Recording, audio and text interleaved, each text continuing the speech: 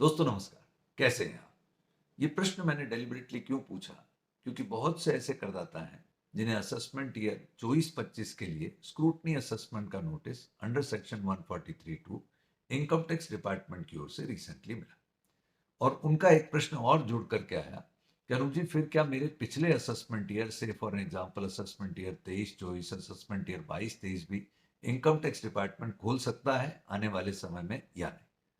तो एक बात तो पक्की है कि एवाई 22-23, 23-24 के असेसमेंट सेक्शन 143(2) के नोटिस से अब नहीं खुलेंगे, लेकिन हाँ, इनकम टैक्स डिपार्टमेंट ऐसे असेसमेंट सेक्शन 147 में आने वाले समय में खोल सकता है।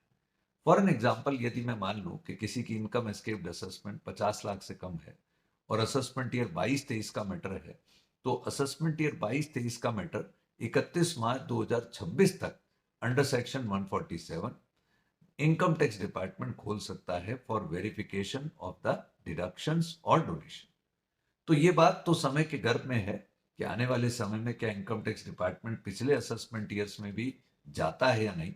और एक बड़ा कंफ्यूजन जो करदाताओं के लिए यहाँ पर बना हुआ है कि असेसमेंट ईयर 2022, 23, 23, 24 का असेसमेंट खुलेगा या नहीं। तो इस प्रश्न का उत्तर तो आने वाला समय बताएगा। पर एक बात अवश्य कहना चाहूंगा कि जिस प्रकार कुछ डिडक्शन क्लेम करने की प्रैक्टिसेस मार्केट में डेवलप हुई, वो एक वायरस के रूप में डेवलप हुई।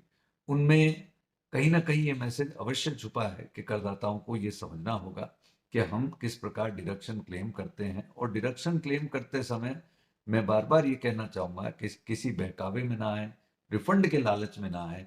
और कोई आपको रिफंड के नाम पर यदि फीस लेना चाहता है, तो इस प्रकार के झांसे में अगर आप आकर के अपनी रिटर्न भरेंगे, तो ये एक खतरनाक अटेम्प्ट है। इसके प्रति बहुत सावधान रहें, यही मेरी एडवाइजरी है। I hope you will find it useful. Thank you. जय हिंद।